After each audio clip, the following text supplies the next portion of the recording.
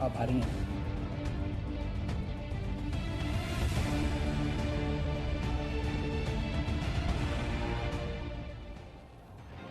तो राजधानी दिल्ली में कोरोना के हालात बेकाबू होते जा रहे हैं। कई अस्पतालों में ऑक्सीजन की भारी किल्लत है। इस बीच दिल्ली में पिछले 24 घंटे में 249 मरीजों की मौत हो गई है, जबकि 24,638 नए कोरोना केसेस सामने आए हैं। दिल्ली में फिलहाल 6 दिनों के लिए लगाए गए लॉकडाउन का आज तीसरा दिन है। वहीं आज दिल्ली में ऑक्सीजन का कोटा बढ़ाने के लिए मुख्यमंत्री अरविंद केजरीवाल ने केंद्र सरकार और हाईकोर्ट को शुक्रिया कहा है। साथ ही केजरीवाल ने सभी राज्य सरकारों से कोरोना संकट से मिलकर लड़ने का अनुरोध भी किया है।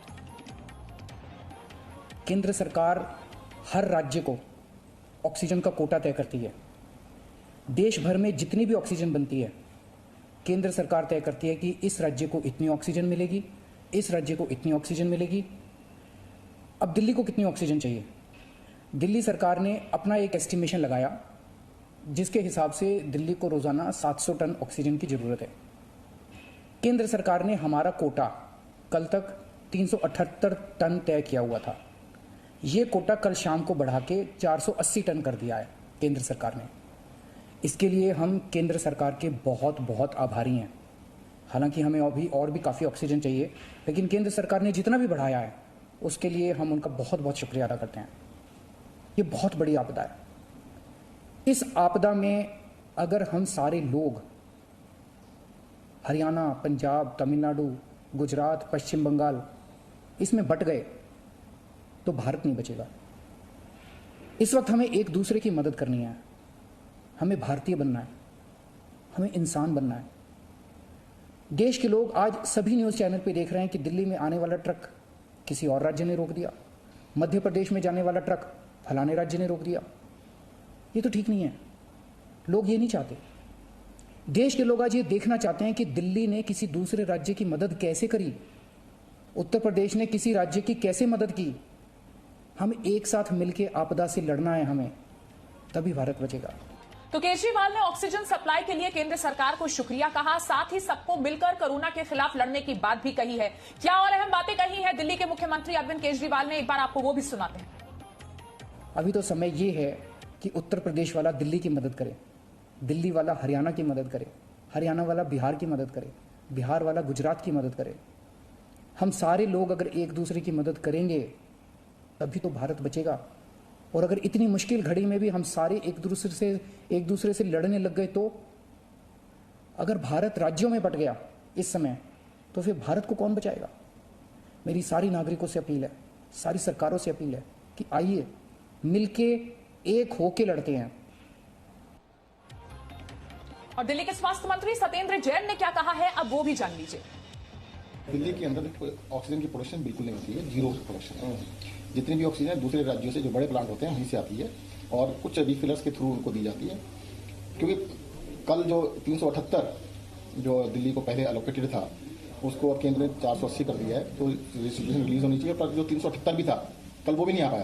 कुछ राज्यों के अंदर आपको पता ही दिक्कत हुई थी कि वहां से मूवमेंट नहीं हो पाई, ट्रक नहीं आ पाए, इनको रोका गया था। इस वजह से कल बहुत ही बड़ी गंभीर समस्या आई थी कि जो 378 था वो भी नहीं पहुंचा। आईसीयू बेड्स की बिल्कुल दिक्कत है। केंद्र सरकार से भी हमने रिक्वेस्ट की हुई है, मुझे लगता है जल्दी ही वो 700-800 बेड आईसीयू के देंगे। हमने उनसे डिमांड की है कि भाई 7000 बेड हमारे को केंद्रीय अस्पतालों में दीजिए। अभी उन्होंने 2000 के आसपास दिए हुए हैं, तो हमारी डिमांड है कि भाई 2-1 हफ्ते के लिए दे दे, दिल्ली का ये काम चल जाएगा। और मुंडका के प्लांट में ऑक्सीजन लेने के लिए लंबी लाइन लगी हुई है। प्राइवेट हॉस्पिटल, सब जगह के लोग यहां पहुंचे हुए हैं। हॉस्पिटल से डॉक्टर्स तक आए हुए हैं, एम्बुलेंस भी आई हुई हैं। वहीं मायापुरी का मैसेज वायरल हो रहा है कि वहां पर ऑक्सीजन सिलेंडर भरवा लें, तो कुछ मरीजों के परिवार वाले कल रात से गाड़ियां लेकर वहां भी पहुंचे हैं। अलग अलग जगह से क्या तस्वीरें आ रही हैं, उस पर नजर डालिए।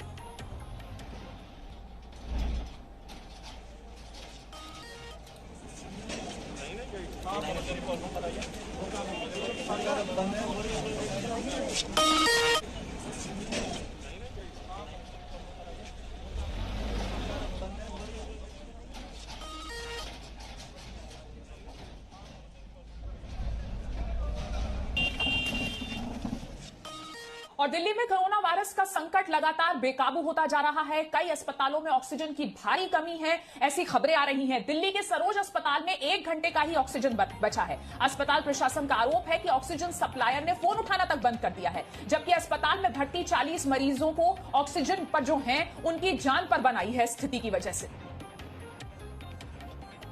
हाँ, सिलेंडर तो मिल जाएंगे आपके ऑर्डिंग है तो मुझे बताइए, हम पर बनाने की कोशिश करेंगे।